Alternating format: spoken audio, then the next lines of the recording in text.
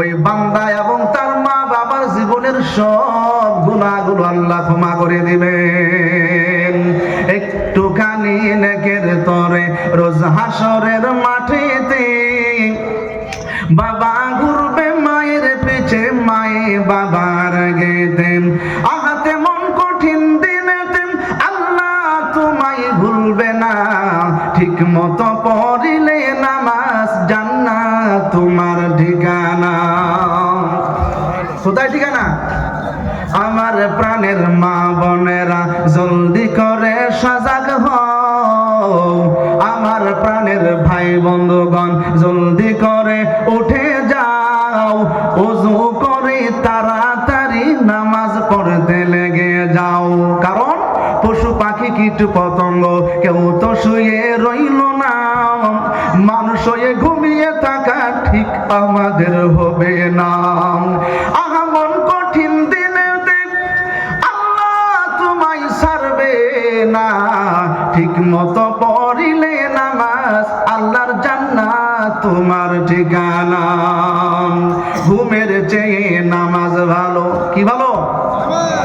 মসজিদের মধ্যে দেখবেন ফজরের নামাজের সময় মুয়াজ্জিন যখন আযান দেয় আল্লাহু আকবার আল্লাহু আকবার বলে না নাই? মসজিদের মধ্যে মুয়াজ্জিন বলে আল্লাহ সবথেকে বড়, আল্লাহ সবচেয়ে বড় হে, আল্লাহ সবথেকে বড়, এইগুলো আওয়াজ দেয়। আর তারপরে বলে আশহাদু আল্লা ইলাহা ইল্লাল্লাহ। আছে না নাই? আযান শোনা যায় ফজরের টাইমে। আযান তো সবারই মুখস্থ আছে, শুদ্ধ আছে কয়জনের? শুদ্ধও অনেকেরই নাই।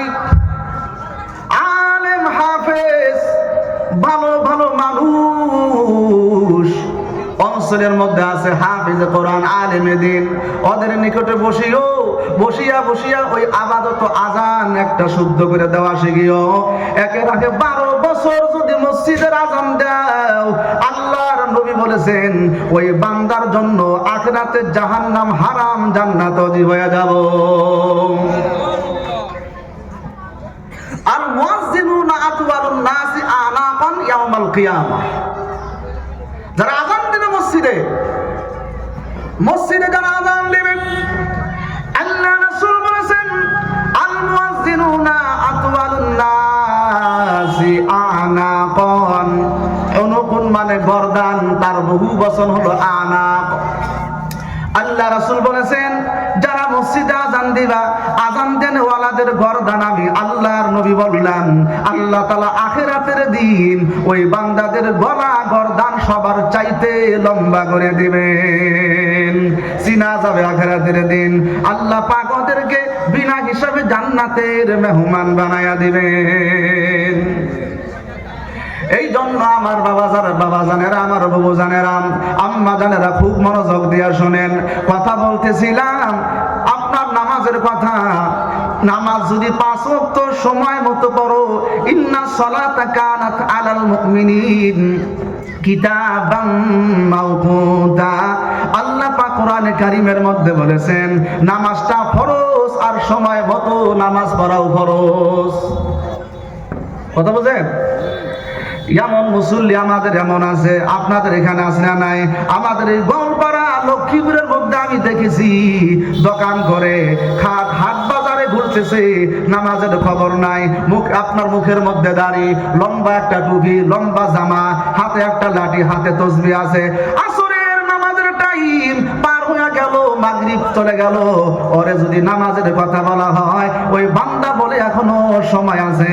আমি বলেছি ভাই এখনো সময় নাই, যখন যেই সময় নামাজ পড়া লাগবে ওই সময় ওই নামাজ আপনার জন্য ওই টাইম মতো পড়া, এটাই হলো ফরজ। আল্লাহ পাক বলেন ইন্না সলাতা কানাত আলাল মুমিনিনা, অবশ্যই সালাত, অবশ্যই নামাজ, কানাত আলাল মুমিনিনা আমি মুমিনদের উপরে করেছি, হ্যাঁ, কিতাবাম মাওকুতা ফরজ করেছি, সময় মতো ওয়াক্ত মতো নামাজ পড়া ফরজ। ফজরের নামাজ ফজরের টাইমে, জোহরের নামাজ জোহরের টাইমে, আসর আসরে, মাগরিব মাগরিবে, এশার সময় এশার নামাজটা আপনি যদি পড়েন, আল্লাহ রাসূল বলেন ওই বান্দাদের আমলনামায় 5 ওয়াক্ত নামাজ ক্লিয়ার করতে দেরি আমার আল্লাহ রাব্বুল আলামিন ওই বান্দাদের আল্লাহ আমায় 50 ওয়াক্ত নামাজের সওয়াব দিতে দেরি করবেন না। সুবহানাল্লাহ। কি ভাই তো আদা দিয়েছেন কবেন না? এখানে আপনাদের ভাই তো নারাই করে আইছেন, ঝগড়া আছে আমার জীবনে দেখছেন আপনারা? তাইলে তো আপনাদের কোনো সাথে আপনাদের সাথে পানা টানা নাই, হিংসা আছে কি? হ্যাঁ, একটা করে সুবহানাল্লাহ করবেন, জান্নাতের মধ্যে একটা গাছ লাগানো হবে আপনার জন্য। বহুত লম্বা তাফসীর আছে। এই যে আবার কইছেন, আবারও বলা হলো, আবারও জান্নাতের মধ্যে গাছ হয়ে যাবে। আফসোস, মানুষের যখন পাটার ক্ষেত আছে না আপনার এখানে, হ্যাঁ, বিভিন্ন আপনার এই রসুন ক্ষেত, পেঁয়াজের ক্ষেত, আলুর ক্ষেত আছে না, এগুলো লাড়াচাড়া করে আর গান করে, কথা আছে না? কয় কিরামান কাতিবিন, রোজ হাসরের দিন আল্লাহর দরবারে যদি করে অভিযোগ, আমি বলবো দুনিয়ায় ছিলাম খাজা বাবার লোক। কথা বলছেন না? নাই, ওই জায়গার মধ্যে তুমি ঘাটতি রাইলা, ওই জায়গার মধ্যে তুমি এত সুন্দর সুন্দর গান গাইলা। ও বান্দা, তুমি যদি আল্লাহ রাসূলের আশিক হইয়া ওই জায়গার মধ্যে যদি বলতা, মদিনা যাইতে পারলাম না, মদিনা দেখতে পারলাম না, মদিনা যাইতে পারলাম না, মদিনা নাম কত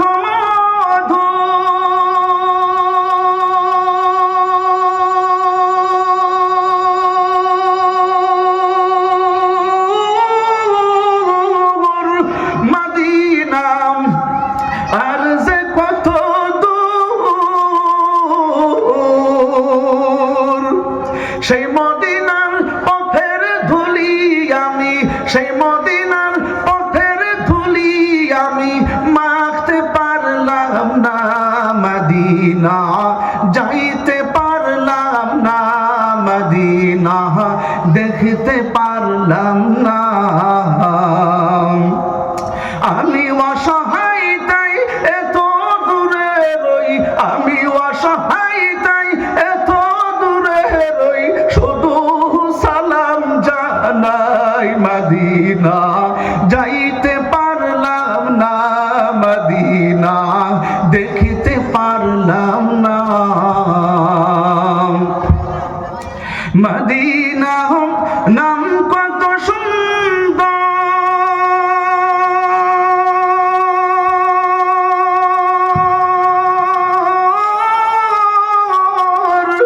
মদিনা খেরে সেবন্ত,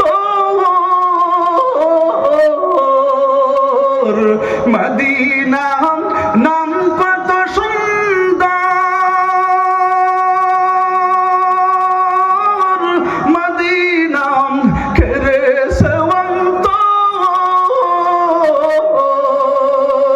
সেই মদিনার পথের ধুলি আমি, সেই মদিনার পথের ধুলি আমি মাখতে পারলাম না, মদিনা যাইতে পারলাম না, মদিনা দেখিতে পারলাম না। আরো বেরো হই পুবাল হাওয়া,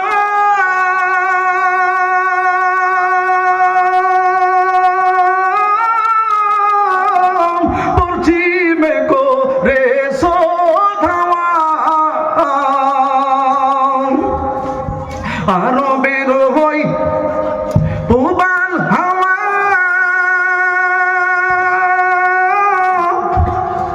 পশ্চিমে করে সোধাওয়া, এই গরিবের দুঃখী সালাম, এই গরিবের দুঃখী সালাম পৌঁছে দিও, মদিনা মদিনা যাইতে পারলাম না, বলো মদিনা দেখিতে পারলাম না, মদিনা যাইতে পারলাম না, মদিনা দেখিতে পারলাই না।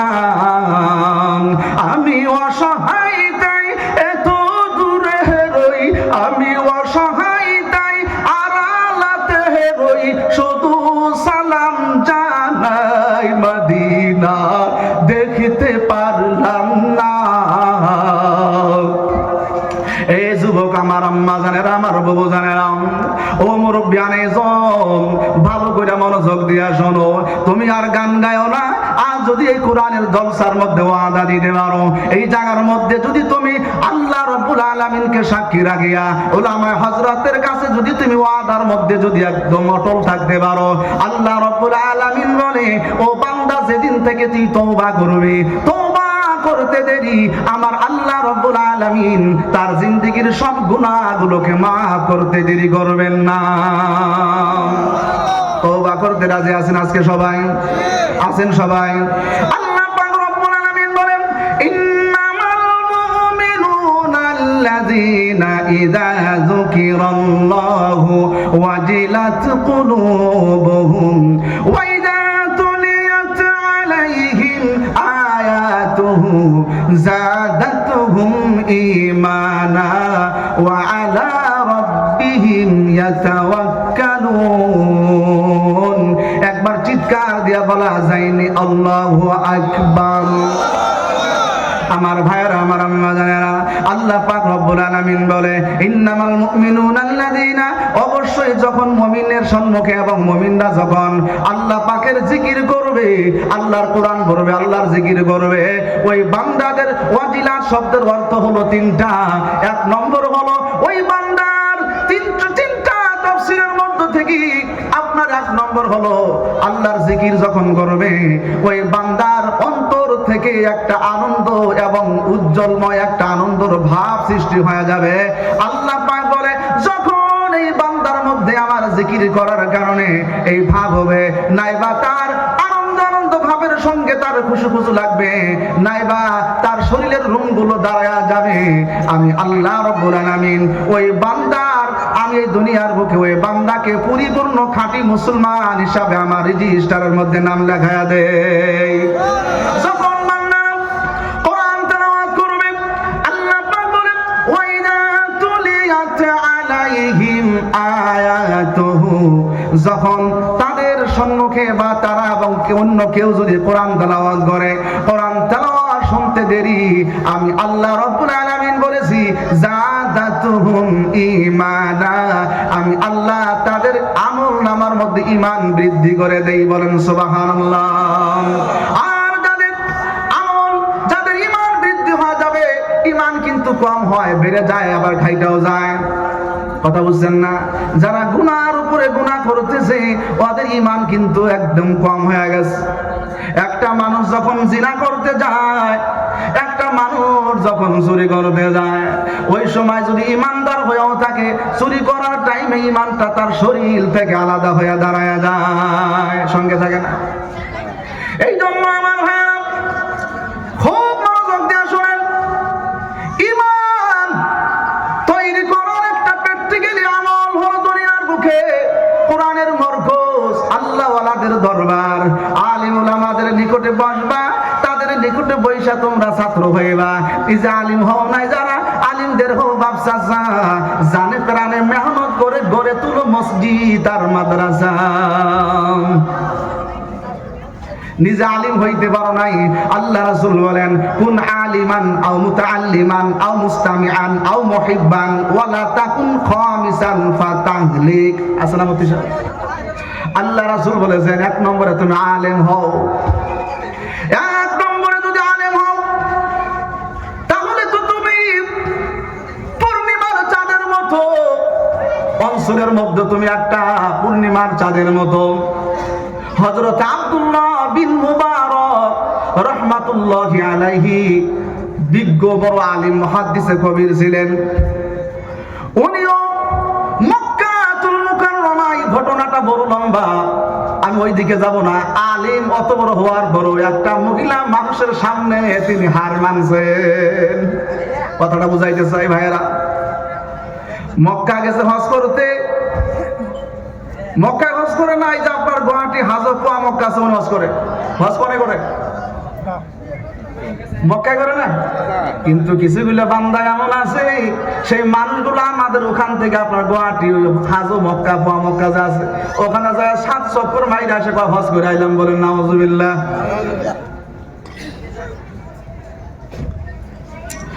আবার কিছুগুলো মানুষ ইন্তেকাল করেছে, আল্লাহর ওলি হোক, পীর বুজুর্গ হোক না কেন, মরা মানুষের কবর জিয়ারত করতে পারবেন, আপনার জিয়ারত করতে পারেন, দোয়া দুরূদ করতে পারবেন, সন্তান কোরআন তেলাওয়াত করে দোয়া করতে পারবে, কিন্তু ওই কবরের সামনে সিজদা দেওয়া বিলকুল হারাম।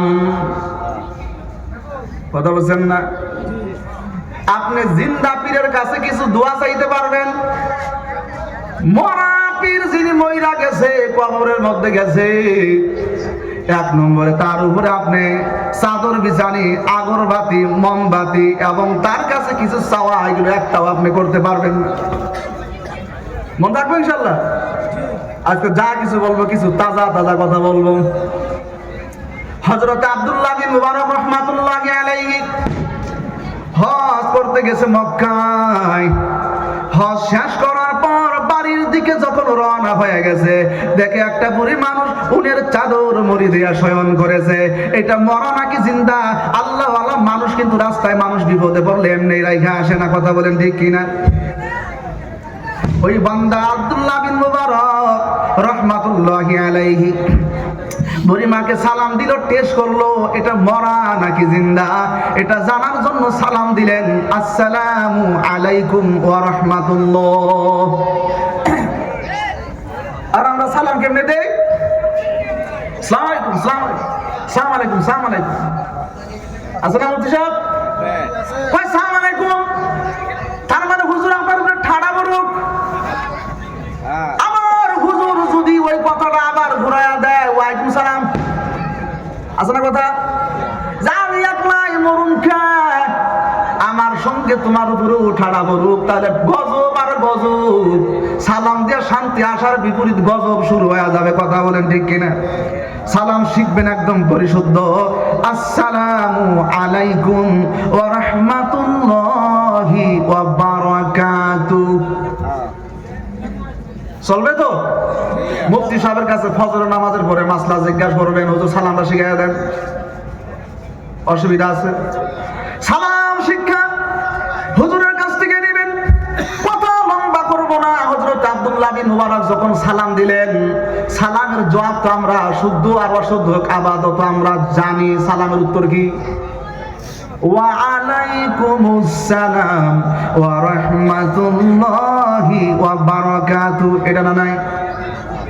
ও আমার আগরতলার যুবক, ত্রিপুরার যুবক, আমার উত্তর আড়ালিয়ার যুবক বন্ধুগণ, আম্মা জানেরাম, ওই জায়গার মধ্যে মক্কাতুল মুকাররমায় আব্দুল্লাহ বিন মুবারক রাহমাতুল্লাহি আলাইহি যখন সালাম দিলেন, আড়াল থেকে উনের চাদর মুড়ি দিয়ে বুড়িমা শয়ন করেছেন। ওই জায়গা থেকে বুড়িমা সালামের উত্তর ওয়া আলাইকুমুস সালাম না দিয়ে কোরআনে কারীম যখন স্টাডি করবেন, সূরা ইয়াসিন 36 নম্বর সূরা, 36 নম্বর সূরার একটা ছোট্ট আয়াত পেশ করে মুহাদ্দিস সাহেবের সালামের জবাব দান করে দিয়েছেন। সুবহানাল্লাহ। সালামু কাওলান মির রাব্বির রহিম। এর অর্থ হলো পরম করুণাময় রব্বে কারীম আপনি মুহাদ্দিসের প্রতি শান্তি পতিত করুক, বলেন আমিন। এটা সব দিয়ে দিলেন বুড়িমা। লম্বা কথা আমি বলবো, এখন বলবো না। 70 বছর বুড়িমার বয়স পার হয়ে গেল। লম্বা কথা, শেষ পর্যায়ে বুড়িমাকে বাড়িতে নিয়ে গেল। 2 ঘন্টার আলোচনা এই জায়গার মধ্যে আছে, আমি বলবো না, টাইম নাই। আমার ভাইয়েরা, মা বোনেরা, তৎকালীন জামানার মহিলা মানুষ হইয়া একটা মুহাদ্দিস সাহেবের সাথে কথা বলার সময় তিনি কোরআনে কারীম দিয়ে কথা বলেছেন, আর মুহাদ্দিস সাহাব তার মাতুরি ভাষায়, মায়ের ভাষায় কথা বলেছেন। বলেন কথা ঠিক কিনা? তাহলে সেই জামানার মহিলা মানুষ কত কোরআনকে ভালোবাসেন, কত কোরআনে আপনার আপন বানায় নিয়েছিলেন। মুহাদ্দিস সাহেব জিজ্ঞাসা করছিল, বুড়িমা আপনার মায়ের ভাষা কি আরবি? কয় না। তাহলে আপনি আরবি দিয়ে কথা বলেন কে, কোরআন দিয়ে কথা বলেন কে? যে ইংলিশে কথা বললে তেমন সওয়াব নাই, বাংলায় কথা বললে তেমন সওয়াব নাই, থাইল্যান্ডের ভাষায় কইলে কথা সওয়াব নাই, ইংরেজি এবং হিন্দি উর্দু ভাষা যত আছে এগুলো ভাষা দিয়ে কথা কইলে তেমন সওয়াব নাই, আরবি ভাষা তো কথা বললে সওয়াব হবে। তারপরও আমি কোরআন আমার আপন ভাষা বানাইছি, এই জন্য এই কোরআন দিয়ে কথা বললে তো গুনাহ হবেই না, বরং এক একটা অক্ষরের বদৌলতে আমার আল্লাহ পাক আমার আমল নামায় 10 করে নেকি দিয়া দিবে। মুসলমান আম্মা জানেরা, তোমাকে দেখিয়া তোমার শ্বশুর আব্বা জান তোমাকে এই বাড়ির আপনার বেটার বউ বানায় নিয়ে আসলো কোরআন পড়ার কারণে। মেট্রিক ফেল করছো, কোনো অসুবিধা নাই, আইএসসি বিএসসি ডিগ্রির কোনো দরকার নাই। তোমার শ্বশুর তোমার স্বামী, স্বামী ছিলেন কি সৌহার্দ? হ্যাঁ, স্বামী ছিলেন, বেটার বেটি জামাই না, জামাই ছিলেন। একটু যদি তারতম্য আমাকে বোঝাই দিবেন, আমি বলবো ইনশাল্লাহ। জামাই আর বেটি, জানেন, বউ, জামাই বউ, স্বামী স্ত্রী। স্বামী দেখে নিয়ে আসলো আমার বিবিটা কোরআন তেলাওয়াত জানে। এমনও অঞ্চলের মধ্যে আমি দেখেছি, বিভিন্ন জায়গার মধ্যে যখন জলসা করি, আমার কাছে মুরব্বীরা আক্ষেপ পেশ করে যে হুজুর, আমার বাড়িতে বানাত মাদ্রাসায় থেকে একটা আলিমা পাশ করে নেওয়া আলী একটা মাইয়ারে আমার বাড়িতে বেটার বউ বানাইয়া নিয়ে আসলাম, এখন দেখি কোরআন পড়তে বললে কোরআন পড়ে না, মোবাইল। কাকা মিশা কথা বলছি? হাসানা মিশা? ও যুবক আম্মা জানেরা, মুরব্বিয়ানে আইজম, ভালো করে মনোযোগ দিয়া শুনিয়া নাও। ওই জায়গার তৎকালীন জামানার একটা মহিলা মানুষ কোরআন দিয়ে কথা বলেছেন। আমরা কোরআন দিয়ে কথা বলতে না পারলেও আপাতত সহি শুদ্ধ ভাবে কোরআন তেলাওয়াত শিখবো, বলেন ঠিক কিনা? শিখবেন তো? মক্তবের মধ্যে কিছু গার্জিয়ান এমন আছে, তারা ছেলেদেরকে কোরআন পুরাপুরি মোকাম্মল নাজারা পড়ায় হুজুরের কাছে, কিন্তু মেয়েদেরকে শুধুমাত্র কেবলমাত্র মক্তবে পাঠায়। যখন কোরআন হাতে নেয়, হাতে নেওয়ার সঙ্গে সঙ্গে হুজুরকে একটা দাওয়াত দিয়ে দেয়, জিয়াফত দেয়, একটা লুঙ্গি, একটা গেঞ্জি আর 100 টাকা হাতে দিয়ে বলে, হুজুর দোয়া কইরেন, আমার আম্মা জান, আমার সুগরি আপনার কোরআন হাতে নিছে, আল্লাহর কাছে দোয়া করেন যেন কোরআন পড়তে পারে।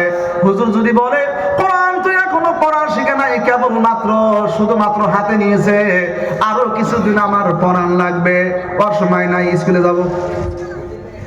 স্কুলের পড়া চালু রাখে, মক্তবের পড়া মেয়েদেরকে বন্ধ করে দেয়। আমি তো বলবো, যেই অঞ্চলের মধ্যে, যেই আপনার ফ্যামিলির মধ্যে শুধু মেয়েদেরকে কোরআন হাতে দেয়, কোরআন পড়ানোর কোনো সুযোগ সুবিধা দেয় না, ওদেরকে এই নিয়তেই দেওয়া হয় তাদের কয়েকদিন পরে বিবাহর বন্ধনের জন্য যখন পাত্রর পক্ষ থেকে খিদবার জন্য আসবে, পয়গাম নিয়ে আসবে, ওই সময় দেখানোর সময় আপাতত তো বলা লাগবে আমার মেয়ে কোরআন হাতে নিছে। কথা বলছেন না? এই কথা বলতে গিয়ে একটা কথা, ছোট কথা মনে হয়ে গেল, কথাটা বলে আমি মূল আলোচনা করব। একজন বেটা আপনার মেয়েকে দেখলেন, দেখার পরে ওই বাড়ির যিনি মেয়ের আব্বা যান, তিনি বলছেন যে আপনার মেয়ে কি কোরআন জানে? হ্যাঁ, কোরআন হাতে নিছে। বেশিরভাগ মানুষে জানে কোরআন হাতে নেয় মানে তারা কোরআন তেলাওয়াত করে। বাড়িতে নিয়ে গেছে, নিয়ে যাওয়ার পর শ্বশুর আব্বা ওই আপনার আড়ালিয়া বাজার থেকে একটা ভালো কোরআন কারিম কিনে নিয়ে আসছে। আম্মা আম্মা কয়া ডাকে, ও আমার আম্মা জান, আসো, এই দেখো কোরআন তোমার জন্য নিয়ে আসছে, এটা সকালে সূরা ইয়াসিন তেলাওয়াত করবা, জোহরের নামাজ পড়িয়া সূরা ফাতিহা তেলাওয়াত করবা, সূরা আর রহমান তেলাওয়াত করবা। আর রহমান আল্লামাল কোরআন, খলাকাল ইনসানা আল্লামাহুল বায়ান। আর এশা আপনার জাসরের নামাজ পড়িয়া সূরাতুন নাবার তেলাওয়াত করবা। আম্মা ইয়াতাসাআলুন আনিন নাবাইল আযীমিল্লাযী হুম ফীহি মুখতালিফুন। মাগরিবের নামাজ পড়ার পর তুমি সূরা ওয়াকিয়া তেলাওয়াত করবা। ইযা ওয়াকাতিল ওয়াকিআতু লাইসা লিওয়াকাতিহা কাযিবা খাফিজাতুর রাফিআ। এই যে এগুলো কথা যে বলতেছেন, তার মানে তার শ্বশুর আব্বা জামাতে জামাতে ঘুরে। আমির সাহেব বলে দিয়েছেন, ফজরে যদি সূরা ইয়াসিন তেলাওয়াত করা হয়, জোহরে যদি সূরা ফাতিহা, সূরা আর রহমান তেলাওয়াত করা হয়, আর আসরের টাইমে যদি সূরাতুন নাবা তেলাওয়াত করা হয়, মাগরিবে যদি সূরা ওয়াকিয়া তেলাওয়াত করা হয়, আর এশার নামাজ আনতে যদি আপনি সূরা মুলকের তেলাওয়াত করেন, আল্লাহ রাসূল বলেন ওই রাতে যদি ওই যারা কোরআন তেলাওয়াত শুনলেন আর যারা পড়লেন, এই বান্দার যে কোনো একজন যদি ইন্তেকাল করে, আমার আল্লাহ রাসূল বলেন ওই বান্দার 1 নম্বরে কবর আযাব কিয়ামত পর্যন্ত মাফ।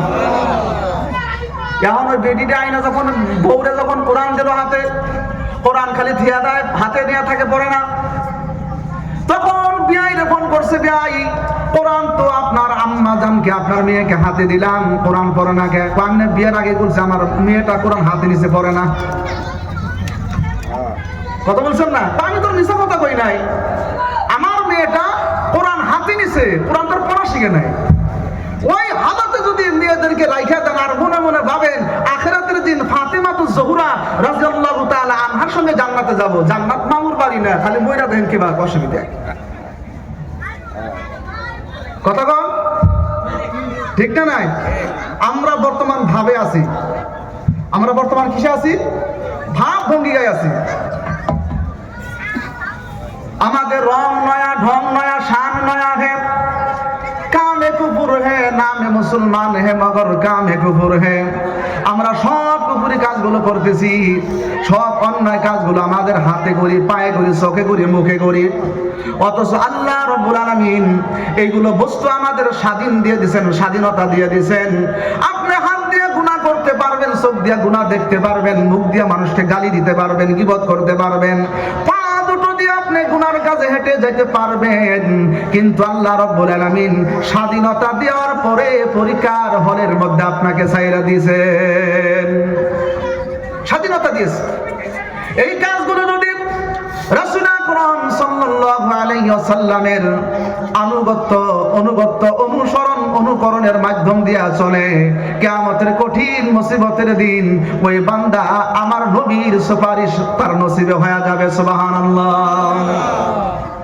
আহারে আমার মুসলমান ভাইয়েরা, নামাজ যদি 5 ওয়াক্ত পড়েন, এই 5 ওয়াক্ত নামাজ আপনার কবরের মধ্যে আপনাকে ধরা দিবে। এই নামাজ যদি আপনি 5 ওয়াক্ত সময় মতো যদি আপনি আদায় করতে পারেন, আল্লাহ পাক কোরআনে কারীমের মধ্যে বলেন, ওয়া আকিমিস সালাতা তারাফাইন নাহারি ওয়া যুলাফাম মিনাল লাইল। আল্লাহ পাক বলেন আকিমিস সালাহ, তোমরা নামাজকে কায়েম করো। নামাজ কি করো?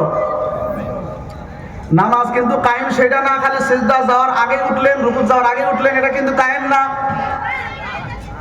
পরিপূর্ণ রাসূল আকরাম সাল্লাল্লাহু আলাইহি ওয়াসাল্লামের নামাজ মতো নামাজ হওয়া লাগবে। রাসূলের নামাজ সাল্লু কামা রাআইতুমুনি উসাল্লি। আল্লাহ রাসূল বলে নামাজ পড়ো তোমরা সেইভাবে আমাকে পড়তে দেখো, তোমরা সেইভাবে নামাজ পড়া লাগবে। আমার ভাইয়েরা, আমি সেদিকে কথা বলবো না। আমার ভাইয়েরা, আমার আম্মা জানেরা, ভালো করে মনোযোগ দিয়ে শুনেন। আল্লাহর নবী বলেছেন, এই বান্দারা, ও আমার উম্মতেরা, খুব মনোযোগ দিয়ে শুনেন। আল্লাহ রাসূল বলেছেন, এই দুনিয়ার বুকে মানুষে 4টা আমল নিয়ে যদি কবরে যাইতে পারে রে, ওই বান্দাদের কবর আমার আল্লাহ জান্নাতের বাগান বানায়া দিবেন। সুবহানাল্লাহ। আল্লাহ পাক কোরআনে কারীমে বলেন, হযরত ওমর ইবনে খাত্তাব রাদিয়াল্লাহু তাআলা আনহু গভীর রজনী যখন হয়ে গেছে, তখন তার ফ্যামিলি আহলে বায়াত পরিবার পরিজনকে ডাক দিতেন কোরআনের আয়াত দিয়ে। সুবহানাল্লাহ বলেন। মা বোনদেরকে কোনোদিন গালি দেন না, ভালো ভালো আচরণে তাদের সামনে আপনি দাঁড়ান, আদবের সাথে কথা বলেন, শ্রদ্ধার সাথে আপনার ছেলে মেয়েদের সাথে সামনে পেশ করেন কথা। দেখবেন ফ্যামিলিটা একটা ছোটখাটো আদবওয়ালা জান্নাতিওয়ালা ফ্যামিলি হয়ে যাবে। সুবহানাল্লাহ বলেন। আল্লাহর নবীর সাহাবী দ্বিতীয় খলিফা হযরত ওমর ইবনে খাত্তাব রাদিয়াল্লাহু তাআলা আনহু, সাহাবীরা আপনার কেমন বড় অভ্যাসে পরিণত হয়ে গিয়েছিলেন, রাতে তার ফ্যামিলির মানুষকে যখন নামাজের জন্য ডাকতেন, এই আয়াত তেলাওয়াত করতেন আর ডাকতেন, ওয়া আমুর আহলাকা বিস-সালাতি ওয়াসতাবির আলাইহা লা নাসআলুকা রিজকান নাহনু নারযুকুকা ওয়াল আকিবাতু লিত-তাকওয়া। ওয়া'মুর মানে হুকুম করা, ওয়া'মুর আহলাকা তোমার আহলে বায়াত পরিবার পরিজনকে তুমি আদেশ করো, হুকুম করো, তুমি তাদেরকে এই কাজটা বাস্তবায়ন করার জন্য আদেশ করো, বিসসালাতি নামাজের জন্য। আর এই আয়াত হযরত ওমর ইবনুল খাত্তাব রাদিয়াল্লাহু তাআলা আনহু তাহাজ্জুদের নামাজের টাইমে তার ফ্যামিলির মানুষকে আয়াত তেলাওয়াত করে ডাকতেন, উঠো নামাজ পড়ো, নামাজের সময় হয়ে গেছে।